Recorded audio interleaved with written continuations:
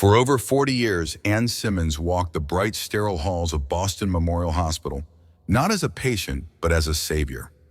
At 68 years old, Ann wasn't just a nurse, she was a lifeline.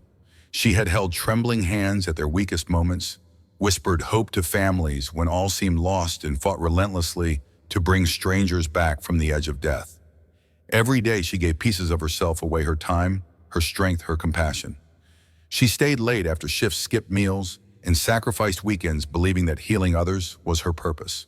To her colleagues, she was Nurse Simmons, steady, brilliant, unshakable. To her patients, she was a second chance at life. But to Ann herself, she was simply a mother, a wife, and above all, someone who believed family was the safest place in the world. She had spent decades building that dream, working double shifts, saving every penny, all to ensure her daughter Melissa and son-in-law Derek would never have to struggle the way she once did. What Ann didn't know, though, was that the sacrifices she made with love would one day become the very reason her heart would shatter. They told her it would be simple, just a routine knee replacement, a few weeks of recovery, and she'd be walking again. But for Ann Simmons, the truth was far from simple. At 68 years old, her body ached in ways she had never known before. Every breath after the surgery felt heavy. Every small movement sent shocks of pain racing through her leg. Nights became endless battles between exhaustion and agony.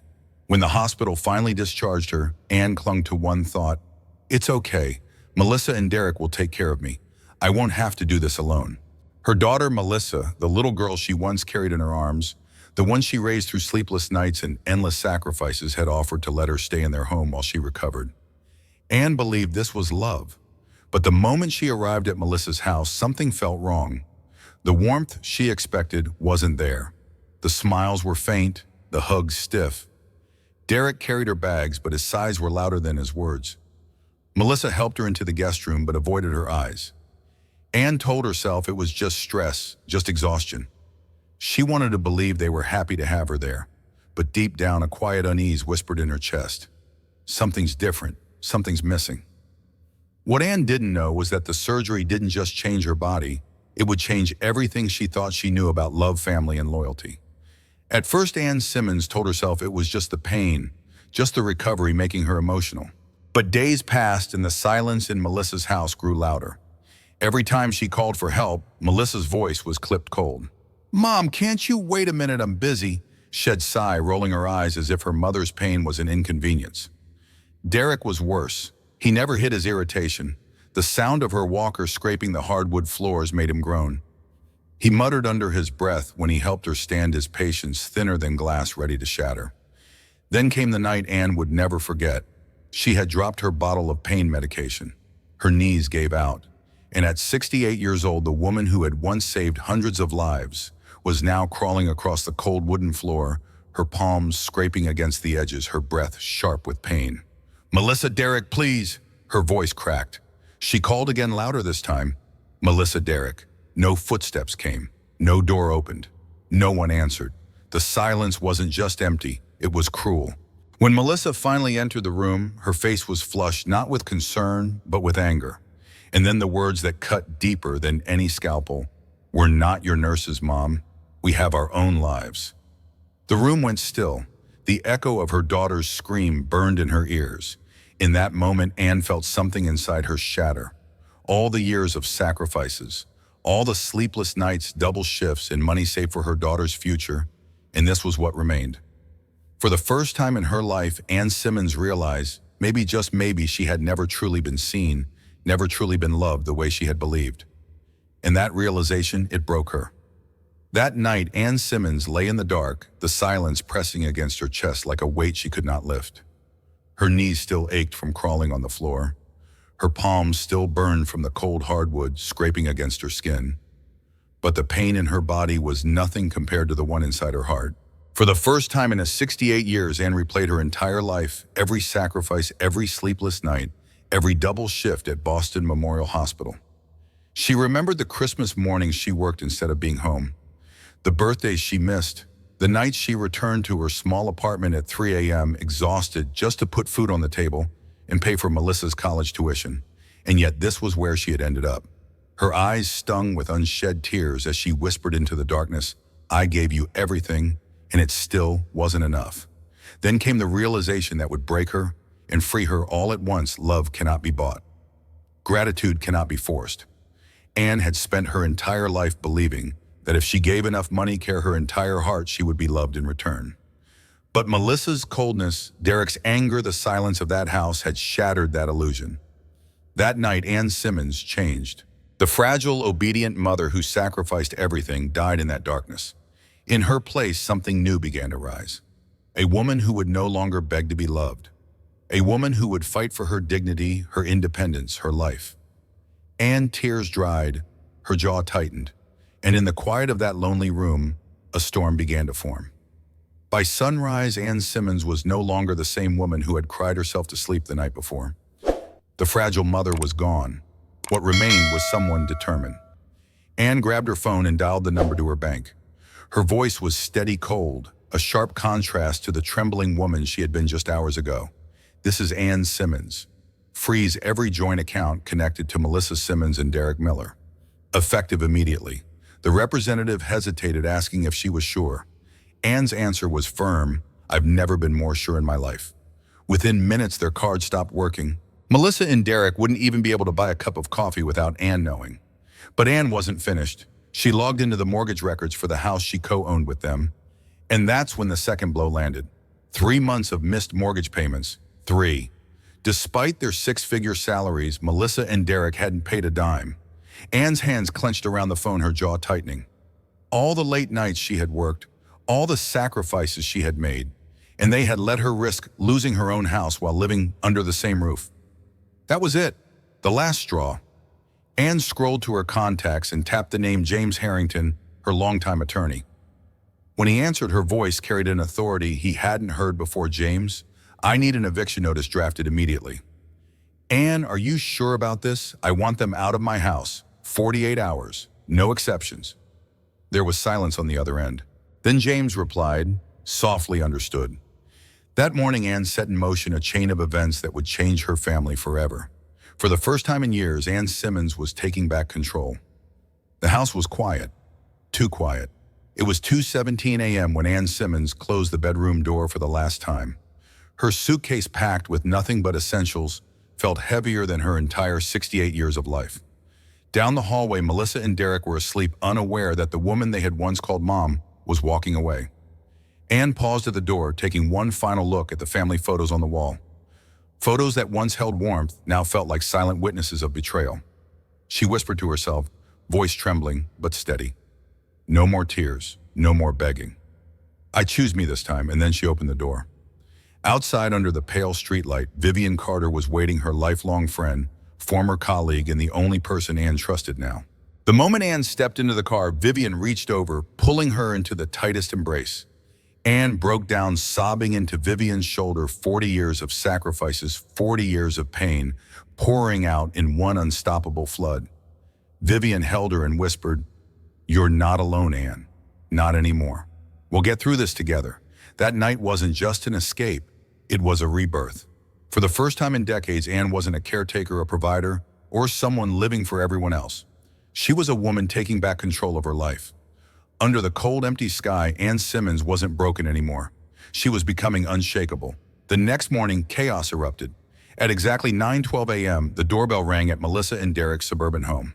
When Melissa opened the door, her trembling hands reached for the envelope. Inside, eviction notice. Signed, stamped, irreversible. Her knees nearly gave out as she sank to the floor, clutching the papers in shock. Tears spilled down her face as the reality hit her like a freight train. From the living room, Derek stormed in, his face flushed red with fury. He snatched the papers from Melissa's, shaking hands, scanning every line. And then he exploded. "What the hell is this? Anne's kicking us out of the house after everything we've done for her?" Melissa, sobbing uncontrollably, collapsed into the couch. Her voice cracked as she screamed, "I don't understand. How could she do this to us? Derek, she's my mother." That's when Anne Simmons' phone started buzzing nonstop, call after call, message after message. "How could you do this to us? You'll regret this, Mom. We gave you everything, and this is how you repay us." Anne stared at the screen, her chest tight but her hands steady. For the first time in years, she didn't answer. She refused to let guilt drag her back into the darkness. Melissa's sobs echoed through the empty house. Derek's curses rattled the walls. The storm had begun, but this time Ann Simmons wasn't the one caught in the rain. She had just lit the fire and the battlefield was set. The phone wouldn't stop ringing. Melissa's name flashed on the screen again and again. Finally, Ann answered. Her voice was calm, too calm. Before Melissa could speak, Ann Simmons dropped the bomb. Melissa listened carefully. You're not my nurses and I'm not your ATM. A stunned silence filled the line. Melissa choked on her tears, struggling to respond. Mom, how can you say that to me after everything? Ann's breathing was steady, her tone razor sharp. Everything. You left me crawling on the floor after my surgery, Melissa. I begged for help and you didn't come. 40 years I sacrificed for this family. But love isn't a blank check and I am done being used. In the background, Derek grabbed the phone, his voice shaking with rage. You think you can just throw us out? We built this life together. Ann didn't flinch. Not this time. No, Derek. I built this life. I paid the bills. I put Melissa through school. And I signed the papers on that house you're standing in. I will not apologize for taking back what's mine. For the first time in years, Ann wasn't the one crying. She wasn't begging. She wasn't broken. The power had shifted. Ann Simmons had just reclaimed her voice, her dignity, and her life. Melissa sat in the living room, clutching her phone so tightly her knuckles turned white. Derek paced back and forth, his jaw clenched, his voice like acid. If your mother wants a war, then we'll give her one. Melissa's voice trembled, her anger mixed with desperation. She froze the accounts, Derek. We're broke. If we don't do something well, lose everything. That's when Derek leaned closer, lowering his voice to a whisper. Then we make sure she's declared incompetent. If we prove Ann can't manage her own affairs, the court will hand us full control. Melissa hesitated for a moment, but her greed drowned out her guilt.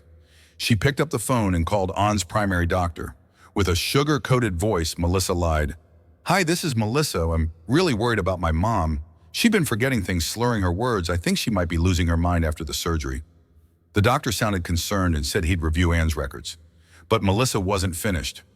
Derek had already gone one step further. He contacted a memory care facility, pretending Ann needed urgent admission. The plan was simple: get Ann locked in a nursing home, then petition the court for legal guardianship. But what Melissa and Derek didn't know was chilling. Their plan wasn't just cruel, it was dangerous. Because Ann had powerful friends, and someone was about to warn her before it was too late. Ann was sipping her evening tea when her phone buzzed. It was Caroline Miller, her old friend and former colleague from Boston Memorial Hospital. Caroline's voice trembled on the other end, urgent and almost breathless. Ann, you need to listen to me carefully. Melissa is calling memory care facilities. She's trying to have you committed. Ann froze. Her heart pounded so hard she could barely breathe. Caroline, what are you saying? That's impossible. She's my daughter. Caroline's voice turned sharp, almost cold. I wish I was wrong, but I overheard Melissa speaking to someone at the clinic. She's claiming you're losing your memory and can't manage your finances. Ann's hands shook as she set down her cup. The betrayal stung deeper than any physical wound. All those years, all the sacrifices, and now her own daughter was plotting to lock her away. But Ann Simmons wasn't a helpless victim anymore. She grabbed her phone and started making calls. First, her primary doctor, do not release my medical records to anyone. Then the hospital, am placing a legal block on all access to my files. Finally, her attorney, James Harrington, drafted notice of medical privacy. Today, within an hour, Ann had locked down her medical history. Melissa and Derek could lie all they wanted, but without access to her records, their plan was already falling apart. Still deep down, Ann knew one thing. This wasn't over. Melissa and Derek were desperate, and desperate people are dangerous. It was past 9 p.m. when a loud knock shattered the silence at Vivian's house. Ann Simmons sat in the living room holding a cup of chamomile tea, her heart already sensing trouble. Vivian peeked through the window and froze.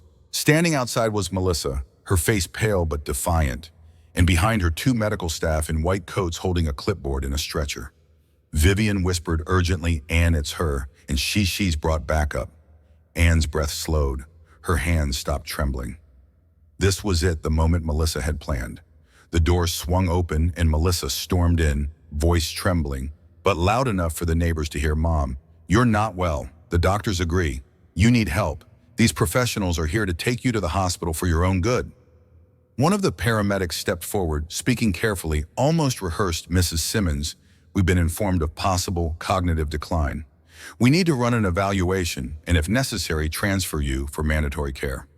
Vivian gasped, ready to protest, but Anne raised her hand. Her back straightened, her chin lifted, and in a calm but thunderous voice she declared, "I'm alert, incompetent, and I refuse care I don't need." The words hung in the air like a gunshot. The paramedics exchanged confused glances. One of them stammered, She's clearly oriented. We can't force her." Melissa's face turned crimson. Her plan was falling apart right there in front of everyone. "She's lying," Melissa screamed. "She's not okay. She's confused." But the lead medic shook his head. "Ma'am, your mother is fully coherent. Without a court order, we cannot touch her." Silence. The only sound was Melissa's ragged breathing. Anne took a single step closer to her daughter. Her voice was softer now, but sharper than any blade. "You tried to take my freedom, Melissa. Tonight you failed." Melissa's eyes filled with tears, but there was no sympathy in the room. For the first time, Anne Simmons had won, and everyone knew it. For Anne Simmons, this was no longer a family dispute. This was war. Melissa's failed attempt to force her into a nursing home had only ignited something darker. What once was mother and daughter had now become opposing armies. Melissa and Derek regrouped quickly. Behind closed doors, they began drafting their new plan, one that was colder, sharper, and far more dangerous. Derek slammed his fist on the table. "If we can't control her, we control her assets." Melissa hesitated, tears still clinging to her lashes, but the anger in her voice burned hotter than ever. "I'm not letting her cut me out. I'm not letting her destroy everything we've built." Their strategy was simple but ruthless. Hire a private lawyer specializing in elder financial disputes. Collect medical statements to question Anne's competence. Push for legal guardianship over Anne's finances and health decisions. It wasn't just about money anymore. This was about control, power, and pride. Meanwhile, Anne sat in Vivian's living room, staring at the fading sunlight. The weight of decades of sacrifice pressed on her chest. 40 years of giving. 40 years of believing. 40 years of trusting her family, all crumbling in front of her. But this time she wasn't backing down. Anne whispered to herself, her voice steady, almost like a promise. "This isn't just about money. It's about my life, my dignity, and my freedom." For the first time, the battleground was drawn. Melissa and Derek on one side, Anne Simmons standing alone but unbroken on the other. The family home was no longer a sanctuary. It had become a battlefield. And Anne was ready for war. The living room was silent. For the first time in weeks, Anne Simmons agreed to meet Melissa alone. The air between them was heavy, thick, with unspoken words and years of resentment. Melissa sat across from her mother, her hands trembling as she clenched a crumpled tissue. For a moment she tried to speak, but the words caught in her throat. And then finally she broke. Melissa's voice cracked raw and unfiltered. "Do you even know what it was like growing up as the daughter of Anne Simmons, the legendary nurse?" Anne froze. Her chest tightened, but she said nothing. Tears streamed down Melissa's face as she continued, her words cutting deep. "You saved everyone else, Mom. Your patients, your colleagues, strangers you barely knew.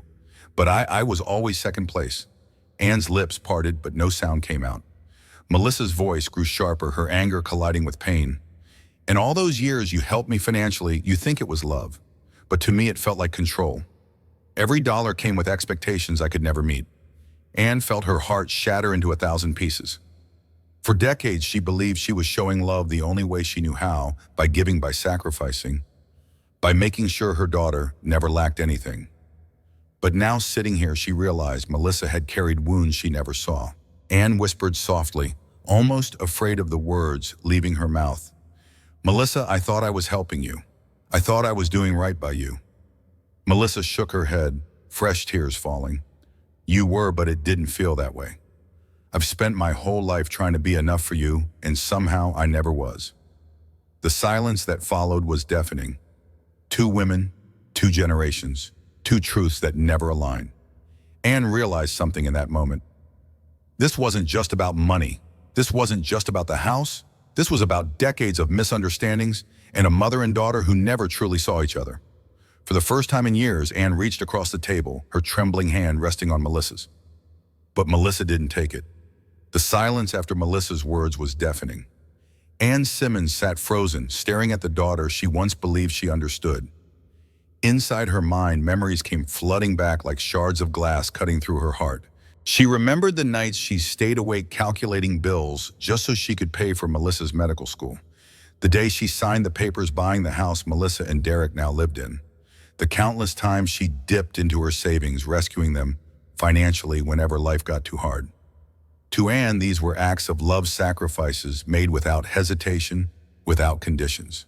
But to Melissa, they were chains. Melissa's voice trembled as she stood by the door holding her bag tightly, her face streaked with tears. "You think you gave me freedom, Mom, but all I ever felt was your control."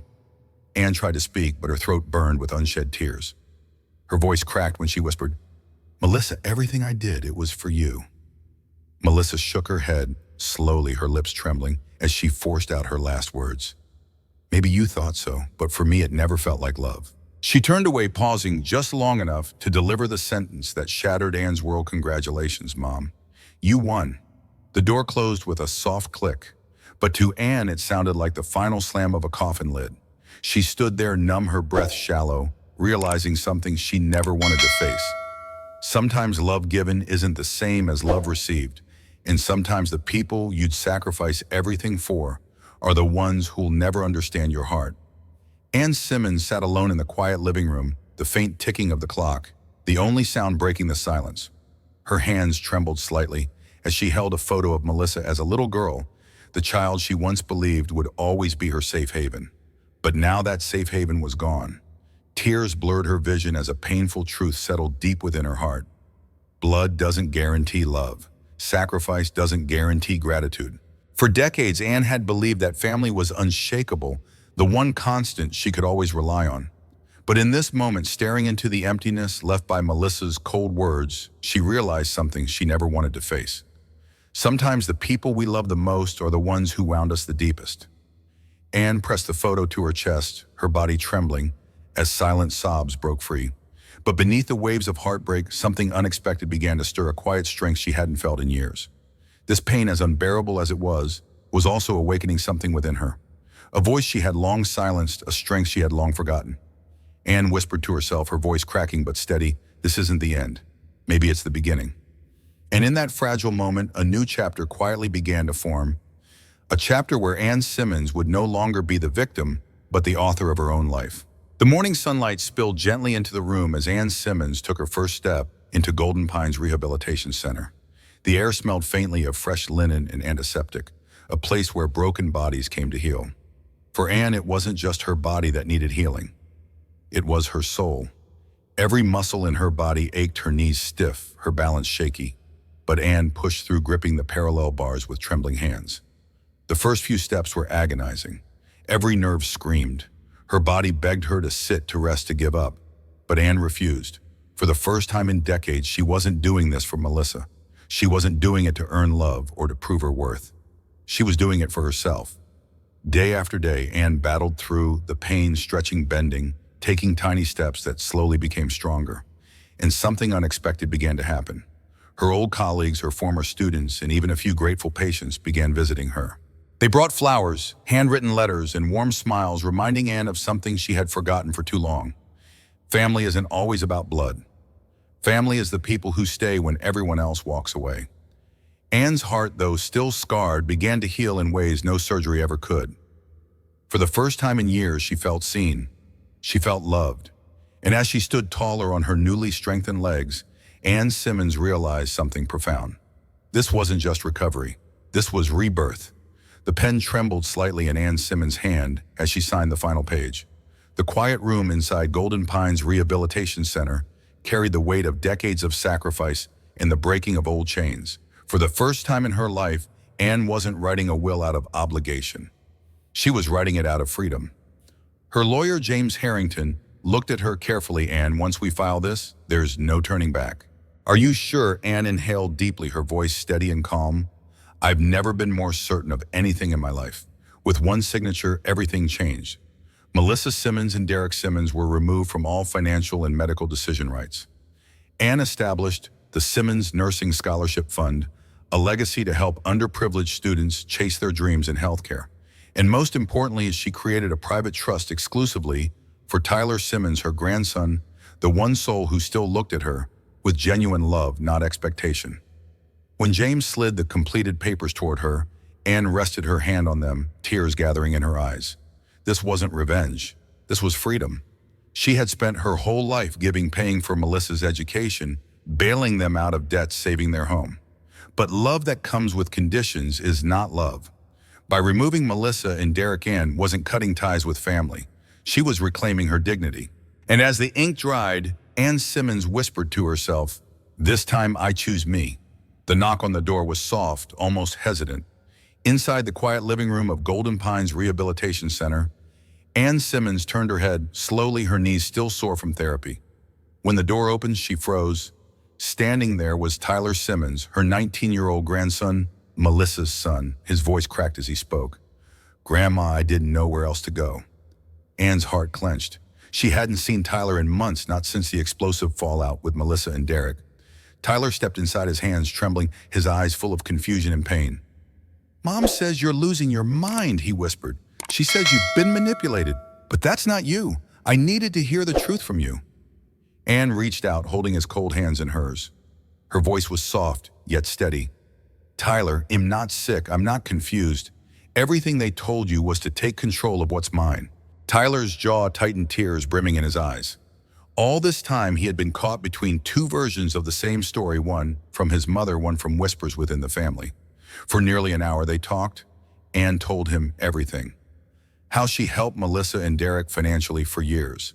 How they abandoned her when she needed them most. How they tried to strip her of her dignity and independence. When Anne finished, Tyler sat there in silence. Then slowly he moved closer and wrapped his arms around her. "I believe you, Grandma," he whispered, his voice breaking. "And I'm sorry I wasn't here for you." Anne closed her eyes, holding her grandson tight. In that moment, the years of pain softened just a little. It wasn't forgiveness. It wasn't forgetting. It was healing. From that day forward, Tyler started visiting Anne every weekend.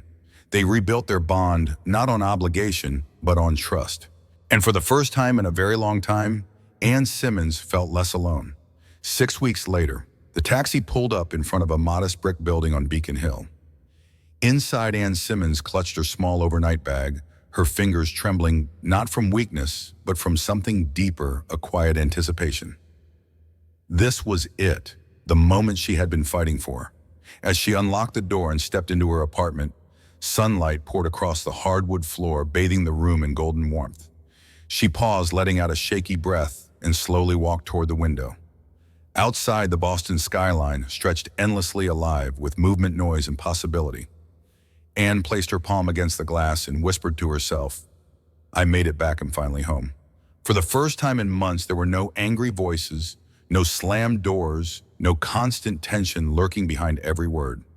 Here in this small apartment, Anne felt something she had nearly forgotten: freedom. She opened the windows and inhaled deeply. The crisp September air filled her lungs, cool and liberating. It wasn't just oxygen, it was the taste of her life returning. Anne realized something profound in that moment. This apartment wasn't just a place to live. It was a symbol, a reminder that after betrayal, after heartbreak, after being stripped down to her most vulnerable self, she had reclaimed her power. For the first time in a long time, Anne Simmons was no longer just surviving. She was living. 2 weeks after moving back into her apartment, Anne Simmons walked through the glass doors of Boston Memorial Hospital, the same place where she had spent more than 40 years saving lives. But this time, she wasn't returning as a full-time nurse. This time, she was on a mission. Anne had accepted a part-time position at the hospital, working directly with patients, not to provide medical care, but to protect their rights. Using decades of experience, she became the voice for those who didn't know how to fight back. She sat with families confused by medical bills, guided patients through complicated insurance forms, and challenged unfair hospital policies that left vulnerable people helpless. One patient, a frail elderly man named Mr. Jacobs, looked at Anne with tears in his eyes and whispered, "No one's ever stood up for me until you." And in that moment, Anne felt it. The purpose she thought she had lost was back. Each day, she poured her heart into this new role, mentoring young nurses, teaching them compassion over procedure, and reminding them of a truth she had almost forgotten herself. Medicine saves lives, but kindness heals souls. Walking down the familiar hospital halls, Anne realized something profound. Her story wasn't over. It was just beginning again on her terms and her way. The sun was setting over Boston, painting the sky with soft shades of gold and crimson. Standing on the rooftop of her apartment, Anne Simmons leaned against the railing, the gentle breeze carrying the scent of freedom. For the first time in decades, her shoulders felt light. The weight of sacrifice, the sting of betrayal, the endless battles for dignity, all of it was behind her now. Anne closed her eyes and whispered to herself, not with sadness, but with quiet triumph. At 68, I'm finally becoming the person I was always meant to be. Some flowers bloom late, but they bloom just as beautifully. Those words weren't just a reflection. They were a promise to herself. From this moment forward, Anne vowed to live on her terms, to set boundaries without guilt, to choose love without conditions, to surround herself with people who truly see her worth. The battles had left scars, yes, but they had also given her something priceless: freedom and the courage to bloom again. As the last rays of sunlight kissed the Boston skyline, Anne smiled softly. Her story wasn't ending tonight. This was just the beginning of a new chapter, one where she finally chose herself. Anne Simmons' story teaches us a powerful truth. Love without boundaries often leads to heartbreak. For decades, Anne gave everything: her time, her money, her heart, believing that unconditional sacrifice would earn unconditional love. But life taught her something different. You cannot buy gratitude. You cannot force love. And sometimes family isn't about blood, it's about who truly stands by you when life falls apart. Anne's journey reminds us that setting healthy boundaries is not selfish, it's an act of self-love. Because only when we protect our own dignity can we bloom into the person we're meant to be. If Anne's story touched your heart, don't let it end here. Subscribe to our channel for more powerful emotional stories that inspire, heal, and remind us what truly matters in life. And if you've ever faced a moment like Anne where you had to choose yourself, share your story in the comments. Your voice might be the hope someone else needs today. Click subscribe, turn on the bell. Let's build a community where stories heal, connect, and empower us all.